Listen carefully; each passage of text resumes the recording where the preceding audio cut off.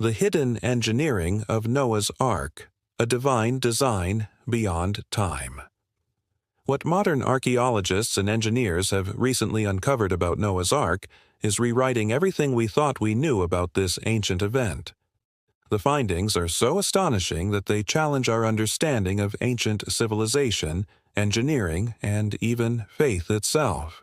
According to the book of Genesis, the ark was built following precise instructions from God Himself. It wasn't just a massive wooden boat. It was a masterpiece of divine architecture, designed to survive the most devastating cataclysm the world had ever seen. Genesis 6:15 describes the ark as being 300 cubits long, 50 cubits wide, and 30 cubits high, roughly 135 meters in length, 22.5 meters in width, and 13.5 meters in height. To help you picture it, that's about the size of a modern cargo ship or a full-length football field, and as tall as a 4-story building. Though smaller than today's cruise ships, experts discovered that these proportions, a 6:1 ratio between length and width, are mathematically perfect for maximum stability in stormy seas. Naval engineers confirmed that this design could easily withstand 30-meter-high waves without capsizing. Now imagine the challenge. Noah, already 600 years old, leading this colossal project with only his 3 sons, Shem, Ham, and Japheth, and their wives.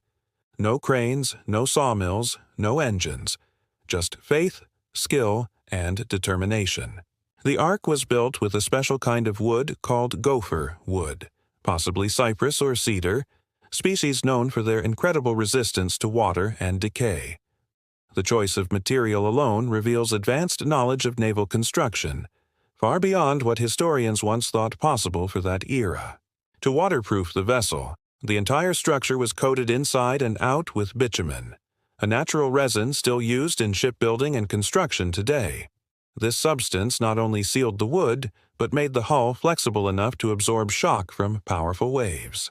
But the real miracle wasn't just building the ark, it was making it work. How could a wooden vessel hold thousands of animals for more than a year without collapsing under its own weight or filling with toxic gases? That's where divine intelligence seems to meet human ingenuity. Contrary to popular belief, Noah didn't take millions of species. Research indicates he boarded about 6,800 animals, based on biblical kinds, ancestral families that later diversified into the species we know today. For example, the canid kind would represent the ancestor of wolves, dogs, foxes, and coyotes. So instead of hundreds of varieties, only one breeding pair was needed for each type. Most of the animals were likely juveniles, smaller and easier to manage, reducing both space and food consumption. The ark had 3 floors.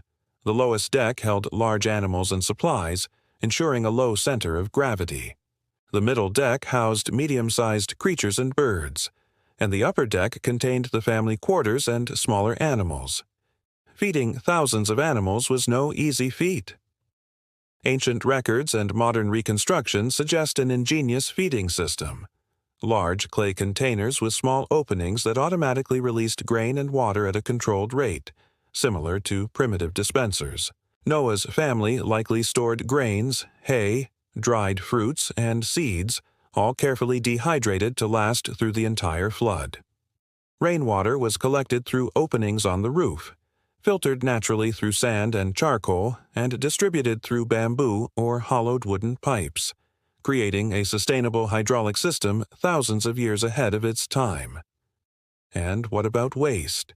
Every cage was built with slightly sloped floors, allowing animal waste to flow into channels that led to a central tank. From there, Noah's sons could open small hatches and release it into the water. Simple, effective, and incredibly advanced for its time. The ark's ventilation system was another miracle of design. It featured a long, continuous opening, called the sohar, along the top, allowing hot air to rise and fresh air to flow in naturally. This convection system kept oxygen levels stable, preventing suffocation inside the enclosed space. Experts say it worked much like a modern air circulation system, without a single moving part. Inside, light came from oil lamps fueled by olive oil, keeping visibility day and night. The family's living quarters were isolated, protecting them from noise and odor while offering a small measure of comfort amid chaos. Now imagine the soundscape inside. Thousands of animals calling, wooden beams creaking, waves slamming against the hull, and thunder echoing non-stop for 40 days and 40 nights. Living in this constant storm required not just technical skill, but unbreakable faith and mental endurance. After 370 days adrift, the Ark finally came to rest on Mount Ararat, in the region that is today eastern Turkey. When the waters receded, the doors opened, and the animals left in an orderly fashion, beginning the repopulation of the Earth. From an engineering point of view, the Ark demonstrated structural intelligence and perfect balance. From a spiritual point of view, it symbolized salvation through obedience and divine trust. The rainbow that followed became more than a beautiful sight. It was the eternal sign of God's covenant with humanity, a promise that such destruction would never happen again. Modern naval engineers who have recreated the Ark's design affirm that its structure is incredibly sound, capable of enduring violent storms even today. They call it the most stable ship design ever recorded. And when we combine that fact with the precision of its dimensions, the management of water, food, and waste, and the survival of every species aboard, we see something greater than coincidence. We see the fingerprint of divine intelligence. Noah's Ark wasn't just a refuge from the flood. It was a message from heaven, a symbol of faith, resilience, and the perfect harmony between divine guidance and human action. If you see God's hand in every detail of this incredible story, declare in the comments, "Amen. I believe in the power of God." And to continue exploring the mysteries of the Bible and the forgotten technology of the ancients, click the video on your screen, where we'll reveal the secrets behind the greatest constructions ever mentioned in the Scriptures.